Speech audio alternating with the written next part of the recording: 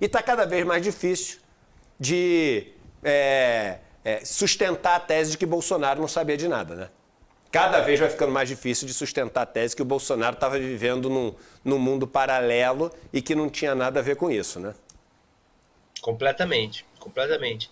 Tem um outro trecho das conversas do Cid que não tá nessa reportagem, mas o Robson Bonin colocou na coluna dele o radar, em que esse Lawend ele conversa com o Cid. É a sequência da conversa que agora há pouco o De Luca leu sobre, em que ele fala do passo a passo, né? E aí que ele fala, o Lawend fala da decepção e o Cid diz do passo a passo e ele termina no excelente.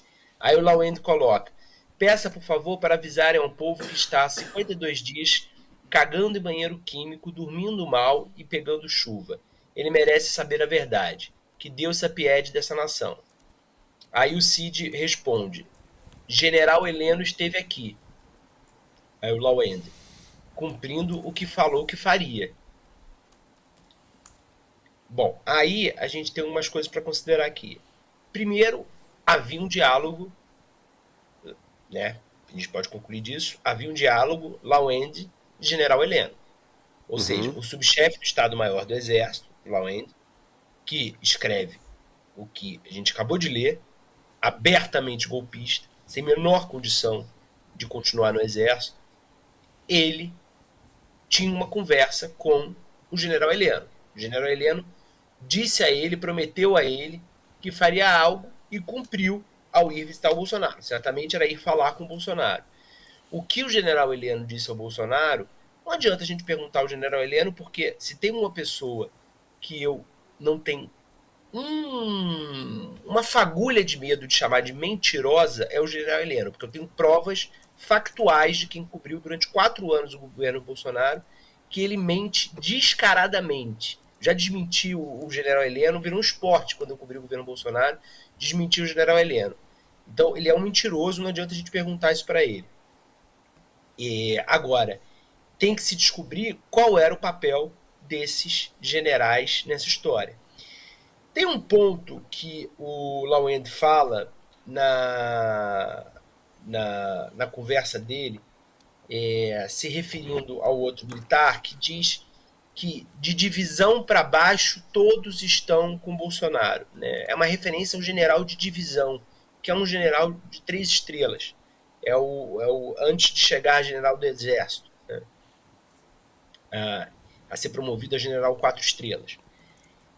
E aí tem uma coisa muito preocupante que outro dia um ministro do STF me alertou, que eu nunca tinha parado para pensar, e eu proponho reflexão aqui, e para a gente ver como que essa situação está longe de ser resolvida, e o perigo de um golpe dado pelos militares é uma coisa que nos próximos anos nós devemos fazer tudo para tentar evitar, restringir e fortalecer a democracia para que não aconteça. Se de divisão para baixo está todo mundo com o Bolsonaro, quem vão ser os generais de 4 estrelas daqui a alguns anos? Vão ser essas pessoas. O que esse ministro do STF me alertou foi o medo, nosso medo não é com o alto comando atual. O nosso medo é com o alto comando que vem aí. É com os altos comandos que vem aí. Porque essas pessoas que serão do alto comando, são as pessoas que hoje estavam enviando essas mensagens. São os Lawends da vida. O Lawend hoje é uma patente menor, mas um dia, eu espero que depois disso não aconteça, mas um dia ele chegaria a general. E vários outros também. O próprio Mauro Cid. Um dia chegaria a general. E por aí vai. Essas pessoas, uma vez no alto comando, não tem uma substância na mesa do alto comando, quando você senta, você se torna um democrata. Não é isso. A questão não é essa. É uma questão geracional de talvez um último intervalo de pessoas que entraram nas Forças Armadas nos últimos anos da ditadura viram o que foi a abertura, viram o que foi a redemocratização, foram ensinadas de que militares não devem se meter na política, e esse intervalo está acabando, esse intervalo está entrando para a reserva.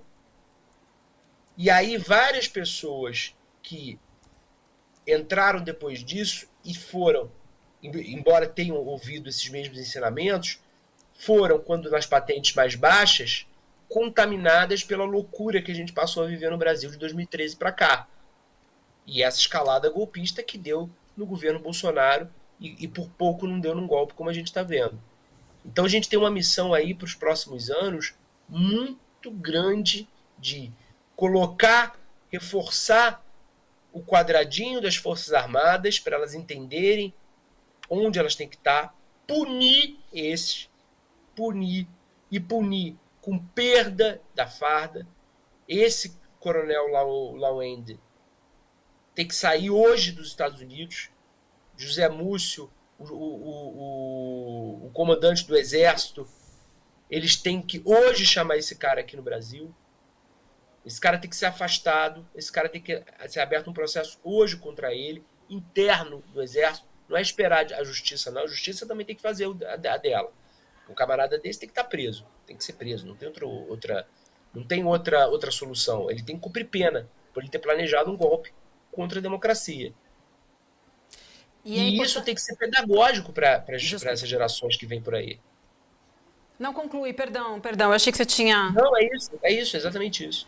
Não, eu ia puxar só para você comentar aqui, antes da gente chamar a Elô, que essas notícias todas que saíram ontem, que são importantíssimas, saem aí praticamente às vésperas do julgamento da inexigibilidade do Bolsonaro, que está marcado para quinta-feira, dia 22, na semana que vem. Então, isso também é importante a gente manter no nosso radar, né, Guilherme? Sim, e eu acho que isso só dá mais substância da importância da inelegibilidade do Bolsonaro. Eu costumo dizer que o Bolsonaro ser responsabilizado, eventualmente preso, pelos crimes que ele cometeu, seria algo muito importante, sim. Mas fundamental é ele perder os direitos políticos dele e ele se tornar inelegível. Isso é fundamental. Fundamental. E urgente. Porque a gente precisa ter a certeza de que a gente não terá um candidato golpista como o Bolsonaro novamente. Esse camarada deveria ter sido alijado da vida política lá na década de 90, quando ele falava as barbaridades de metralhar o Fernando Henrique, de que a ditadura tinha que ter matado 30 mil e o cacete a 4. Esse camarada não poderia ter continuado na vida política. A gente insistiu no erro, a gente deixou ele ser eleito. Durante os 4 anos dele, a gente, como sociedade, falhou em não conseguir tirar ele. Ele quase ganhou. Vamos lembrar, todo dia, eu acho que é bom a gente lembrar disso, o Lula ganhou por 0,7%, não foi nem por 1%. E agora, encerrar a carreira política, pelo menos a carreira eleitoral do Bolsonaro, é fundamental para a gente aproveitar essa chance que a gente está tendo com a nossa democracia. É um intervalo que a gente ganhou. A gente pode não ter outra chance dessas.